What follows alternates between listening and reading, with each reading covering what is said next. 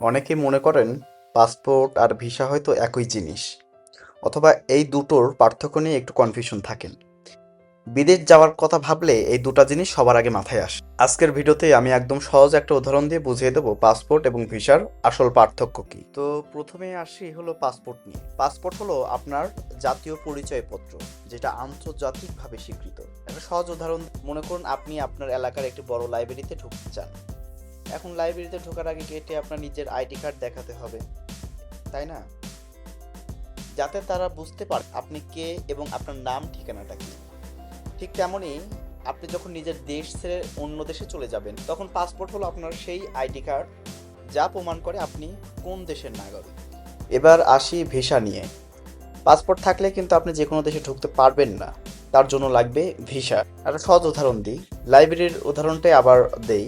আপনার কাছে ID card বা পাসপোর্ট আছে, কিন্তু লাইব্রেরির ভিতর ঢোকার জন্য আপনাকে লাইব্রেরিয়ান বা কর্তৃপক্ষের কাছ থেকে অনুমতি নিতে হবে।